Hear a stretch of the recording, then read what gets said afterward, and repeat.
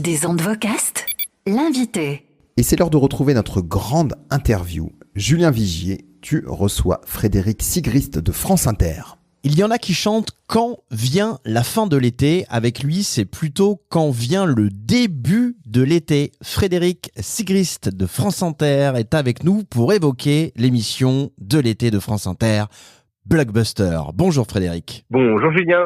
C'est vrai que pour savoir si l'été démarre, il faut attendre que Blockbuster commence en fait. C'est ça l'histoire. Disons que quand j'étais petit, on disait que quand il y a une grenouille qui monte à une petite échelle, c'est qu'il va pleuvoir. Désormais, il y a des sortes de remèdes de grand-mère. Quand je commence à ouvrir ma bouche à l'antenne sur France Inter, c'est que les RTT vont pas tarder à tomber. Les congés payés. On est en plein dedans. Alors, le principe, pour ceux qui n'écoutent pas encore Blockbuster, le principe est simple, c'est la pop culture décryptée pendant 1 heure avec des spécialistes et une bonne dose de fan-attitude. La pop culture dans tous les sens, donc Grey's Anatomy, Jul, Amy Winehouse, Star Wars, La Haute République, Freddy, Les Griffes de la Nuit, le compositeur John Williams. Moi, j'ai souvenir d'un épisode autour de Stephen King où j'ai appris beaucoup sur cet auteur. Est-ce que j'ai bien résumé Blockbuster ? C'est tout à fait ça. C'est tout à fait ça. En fait, derrière l'étiquette pop culture que j'aime pas trop, je suis obligé d'utiliser faute de mieux, mais pour moi, la pop culture, c'est la culture avec un grand C, mais qui n'a pas encore été validée par les 2-3 gardiens du temple qui sentent la naphtaline et puis qui vont devoir attendre le passage des ans pour enfin reconnaître que c'était une culture de masse, mais la pop culture d'aujourd'hui, c'est souvent la culture classique de demain. Alors, je me rends compte qu'on a oublié quand même le plus important, c'est revenir rapidement sur ton parcours, parce que peut-être que tout le monde ne te connaît pas aussi. Toi, tu as démarré en radio, sur Inter, justement, mais t'es passé aussi par Europe, je crois. Est-ce que tu peux rapidement nous expliquer un petit peu comment t'es arrivé à la radio ? C'est très simple. En fait, je ne m'y destinais absolument pas parce que moi, mon métier de base que j'ai eu la prétention d'apprendre pendant mon cursus scolaire, c'était un métier de comédien.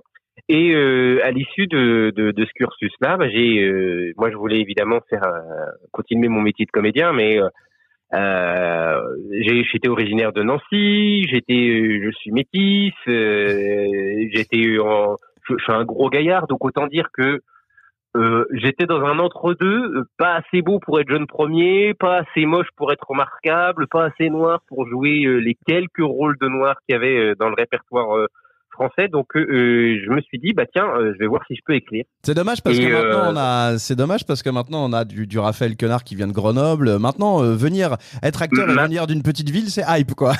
Maintenant c'est hype, mais à l'époque ça l'était pas. Et puis il faut aussi dire ce qui est. Moi j'ai presque 50 ans, donc j'ai eu le temps de voir le métier évoluer, le métier de comédien comme le métier d'humoriste.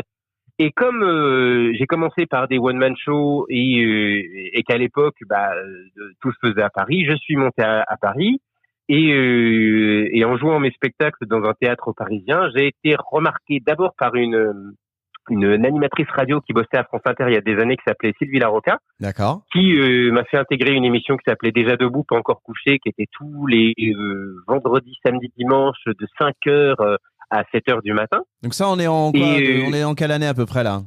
Oh là là, alors là on est vraiment, je pense que on doit pas être loin. J'ai plus les dates exactes, mais on est 2001, 2002 dans ces eaux-là. Et à partir de là, c'est Anne Romanoff qui vient voir mon spectacle dans le 18e et qui me propose de m'embaucher à Europe 1 dans son émission. À l'époque, c'était Samedi Romanoff. Ouais. Et c'était avant qu'elle écrive ses chroniques pour la matinale les lundis, mardis et mercredis. Et ça a duré 3 ans et demi, 4 ans même. Et en fait, moi, j'avais déjà fait copain avec d'autres camarades humoristes avec lesquels je m'entendais très très bien, parce qu'en plus on jouait ensemble au Caveau de la République, notamment un certain Alex Vizorek et Frédéric Fromet. Je connais pas. Et voilà. Et j'étais pote avec un autre humoriste qui lui n'avait même pas encore commencé le one man show, qui s'appelait Guillaume Meurice. Ah ouais. Et tout ce petit monde était arrivé, s'était embauché à l'époque par le Fou du Roi. Et moi j'étais déjà Europe 1 et ils m'ont dit ça serait bien que tu viennes à France Inter. Je dis bah oui, mais moi là je suis à Europe 1. Et puis en fait quand ils ont viré la première fois Anne Romanoff d'Europe 1, parce qu'ensuite ils l'ont réembauché, et ben moi ça s'est arrêté. Puis j'ai reçu un coup de téléphone de Yann Chouquet, le directeur des programmes de France Inter de l'époque, qui m'a proposé d'intégrer la bande originale de Nagui à France Inter. Donc j'ai eu et je suis arrivé juste la semaine des attentats de Charlie Hebdo. Donc c'était quelque chose de très très particulier et je suis arrivé à France Inter à ce moment-là. C'était donc il y a de ça Ouais. Bah là c'était Charlie Hebdo, c'était 2015 quoi. S'ensuit quelques années, 3 ou 4 ans à la bande originale, puis une certaine lassitude notamment de faire des chroniques. Et là, tu pars pour monter Blockbuster en fait. Blockbuster avait même démarré avant que je quitte la bande originale. Par l'intermédiaire de quelle forme ? En fait, je faisais les étés parce que j'ai jamais pu avoir le luxe de ne pas travailler les étés. D'accord. Donc moi, quand la bande originale se terminait, j'enchaînais en tant que chroniqueur dans l'émission de Daniel Morin. C'est une émission estivale qui s'appelait À Rebrousse-Poil. D'accord. Et avec Albert Algou, lui, il y avait déjà Sophie Hoffman. Et au bout de 2 ans, Daniel, qui fait déjà 452 chroniques par an, dit cette fois-ci, je n'en peux plus quoi. Il faut que je prenne des vacances. Et il se retrouve avec une émission, une case de vide à France Inter. Et moi, en fait, il y avait une émission que j'écoutais beaucoup à France Inter, c'était Pop Fiction d'Ali Rebéi à l'époque. Parce que le maître de cérémonie de Grand Bien vous fasse aujourd'hui, il faut pas oublier que c'est un grand amateur de pop fiction et qu'il avait une émission de pop culture plutôt, et qu'il avait une émission qui traitait de ça, qui passait le dimanche. Ok. Et moi j'aimais beaucoup cette émission parce qu'en fait c'était une des rares émissions de service public où on parlait de sujets que je maîtrisais.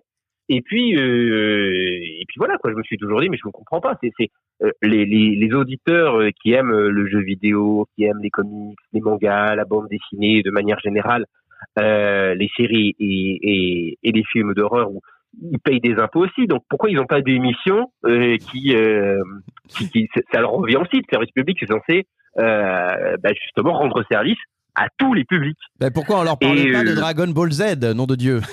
Mais voilà, exactement. C'est-à-dire qu'au bout d'un moment, je me dis, c'est bizarre qu'on soit capable d'accepter qu'il y ait des émissions des émissions d'histoire sur des coups d'État en Uruguay ou Paraguay ou sur des films de la nouvelle vague qui, honnêtement, même si ils ont pu être à l'origine d'une révolution cinématographique, sont pas non plus si transcendants qu'on veut bien le dire.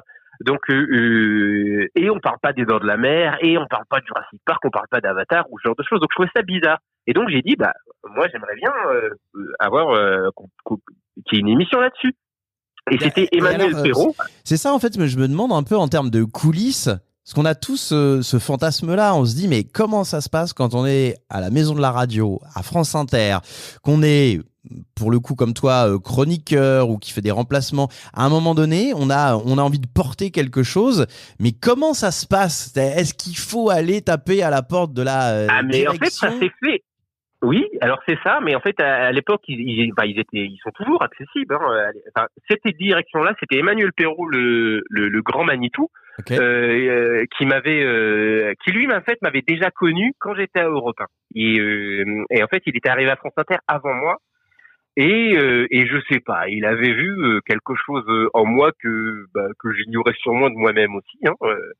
Et c'est lui qui m'a dit banco. Il m'a dit mais qu'est-ce que tu ferais comme émission? Je dirais voilà, par exemple, je parlerais des super-héros parce que pour moi ils sont liés à l'histoire de l'Amérique et à l'histoire même de la grande histoire tout simplement. C'est-à-dire que derrière Hulk il y a la peur du nucléaire, derrière les X-Men il y a la lutte pour les droits civiques, etc.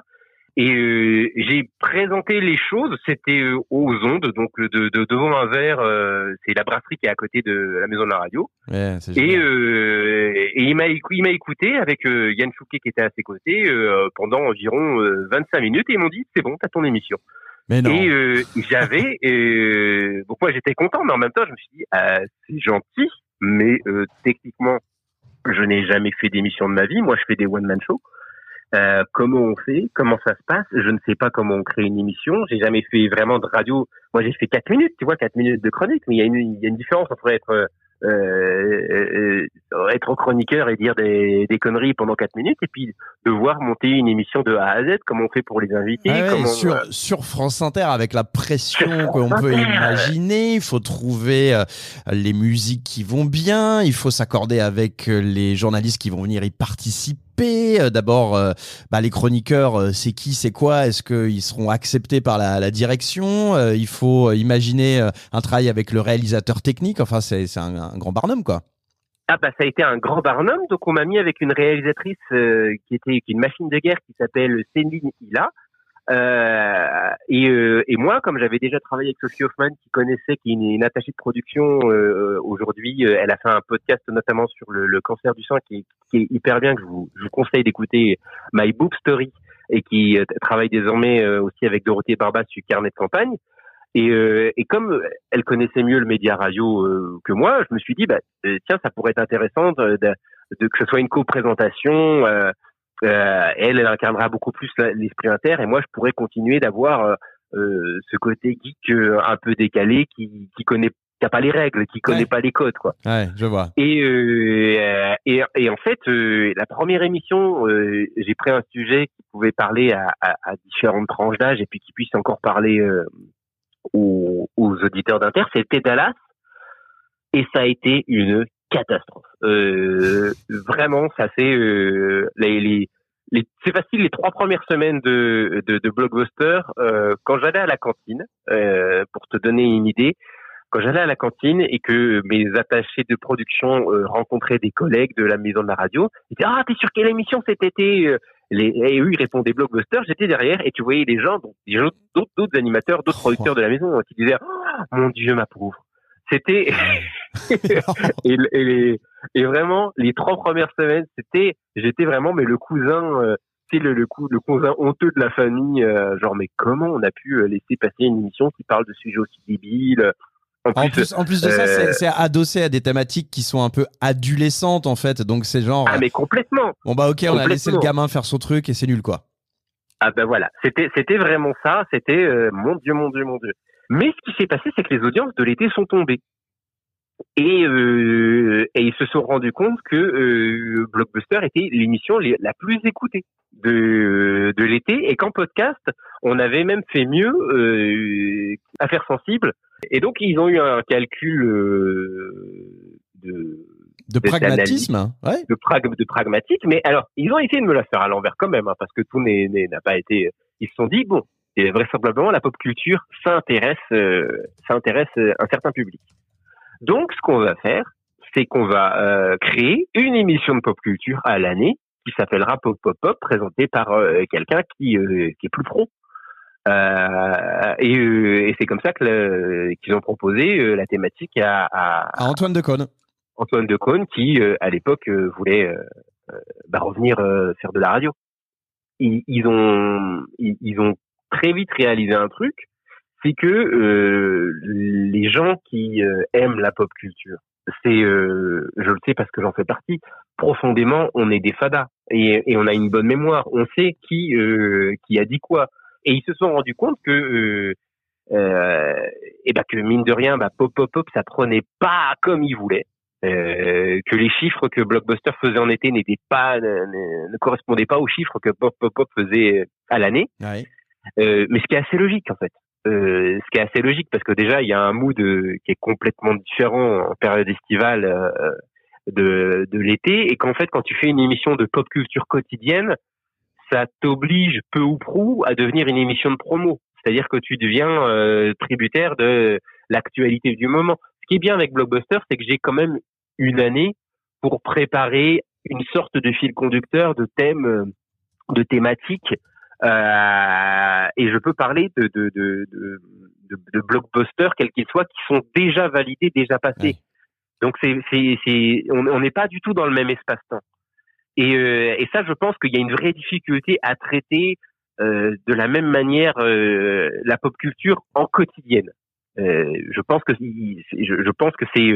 c'est compliqué parce que très rapidement, bah voilà, tu deviens une émission de promo, t'as les éditeurs qui s'en mêlent, les producteurs de films, les attachés de presse, et au bout d'un moment, t'as juste une nouvelle bande originale, mais qui parle de blockbuster. Mais et en fait, je pense que ce que le net a changé, c'est que tu peux plus te contenter de faire de la pub aujourd'hui. Il faut avoir un avis critique dessus.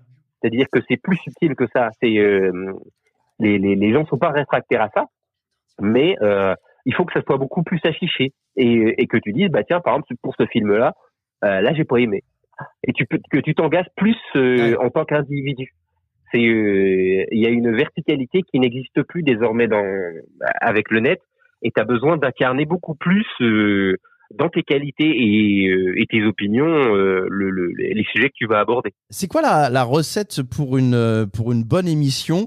La petite tambouille entre, alors pour les auditeurs des ondes vocales, il y a un billet d'humeur de Frédéric au début, par exemple, qui peut être un peu corrélé souvent à l'actualité politique et sociale d'ailleurs. Oui, parce que ça c'est ma petite. Je sais que si j'écoutais les gens, ça fait déjà longtemps que j'aborderais plus certains sujets. Mais d'abord, si j'écoutais les gens, je ne ferais pas ce métier. Et puis, on en revient à ce que je disais au début. L'important, c'est que moi, je me sente bien et honnête par rapport à ce que je suis et ce que je pense. Et quand il y a des trucs qui me semblent scandaleux, j'ai une tribune, je l'utiliserai jusqu'à ce qu'on me l'enlève en fait.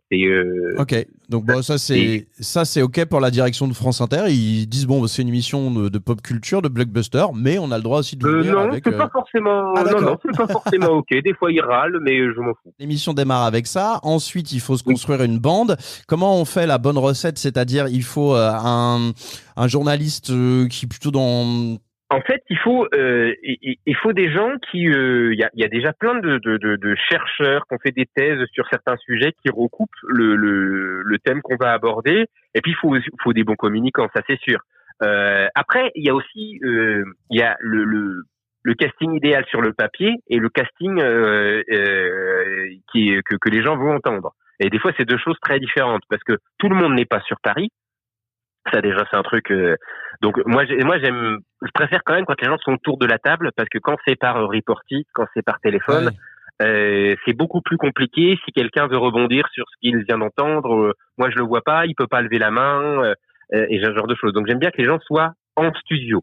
Mais tout le monde n'est pas sur Paris. Ensuite, tu as des gens, ils vont venir sur leurs propres frais parce que France Inter, c'est un service public qui défraie personne. Ah ouais. Donc non, tous ceux qui viennent, c'est des gens, soit c'est leur maison d'édition, d'accord, qui parce qu'ils ont ils ont un livre et tout ça qui va leur payer le billet de train ou d'avion ou quoi que ce soit, mais personne n'est payé et France Inter ne paye pas du tout pour venir parler à la radio. Donc déjà ça va séparer un certain nombre de très bons candidats.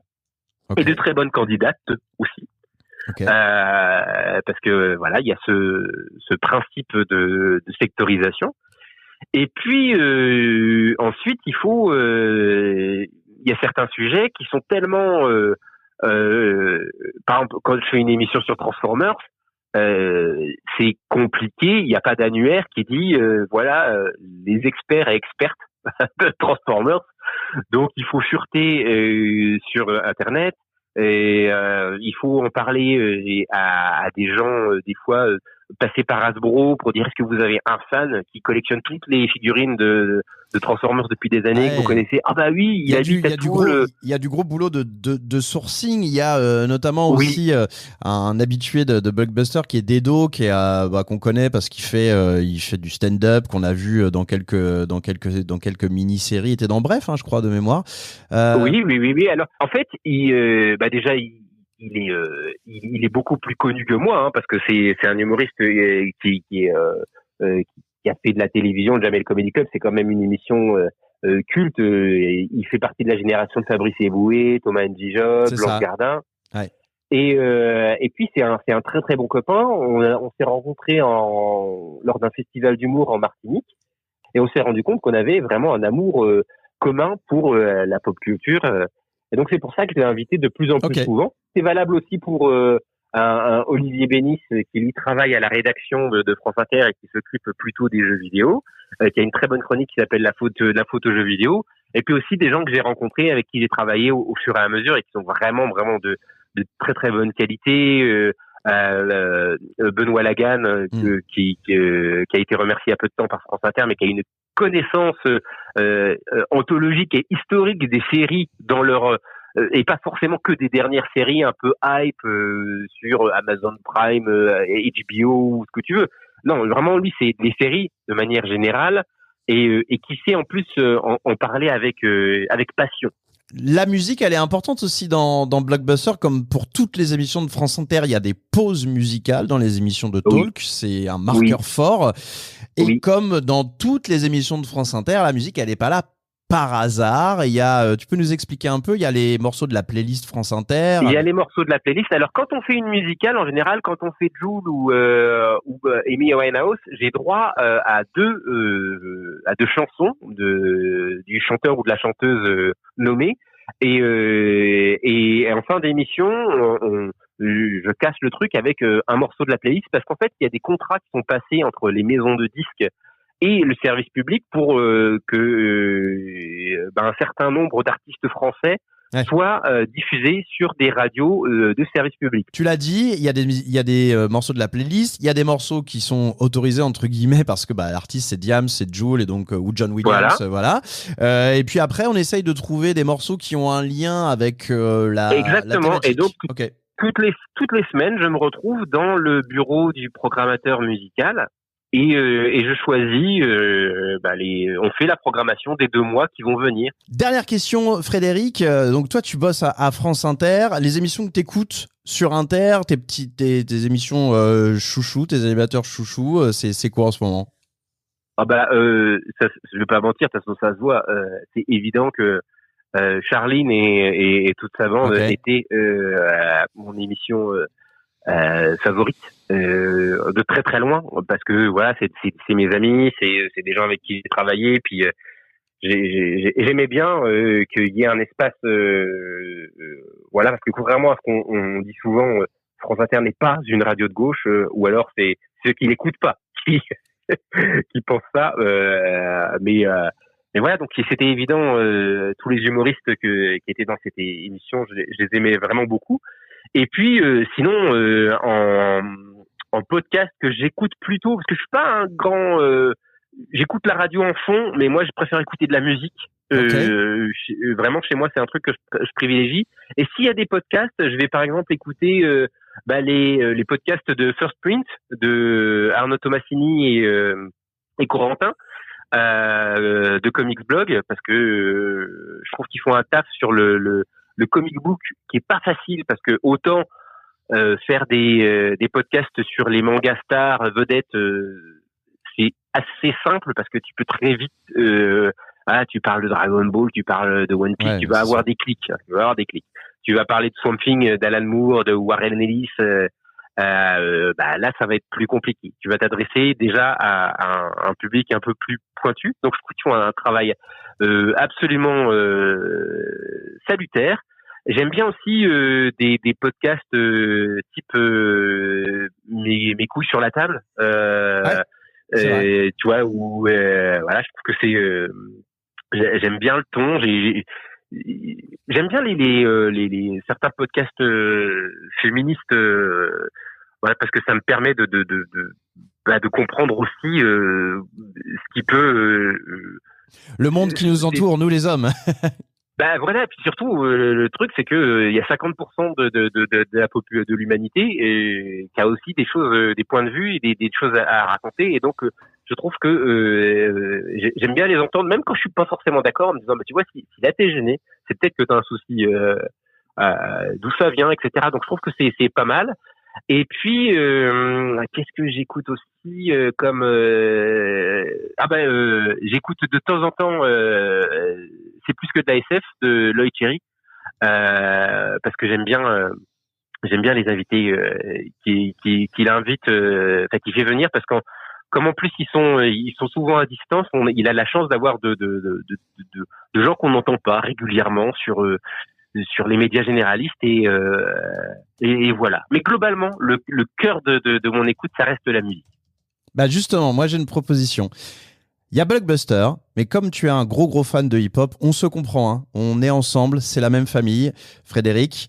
Moi j'ai une proposition à te faire. Tu vas aller voir la direction de France Inter et tu vas leur dire, ok, il y a eu Blockbuster pour la pop culture, on va sortir Banger pour tout ce qui est les grands groupes et les grandes musiques de rap français, de rap américain. Et ça, c'est la prochaine émission estivale ou en podcast. Ce serait pas fou, ça, sans déconner?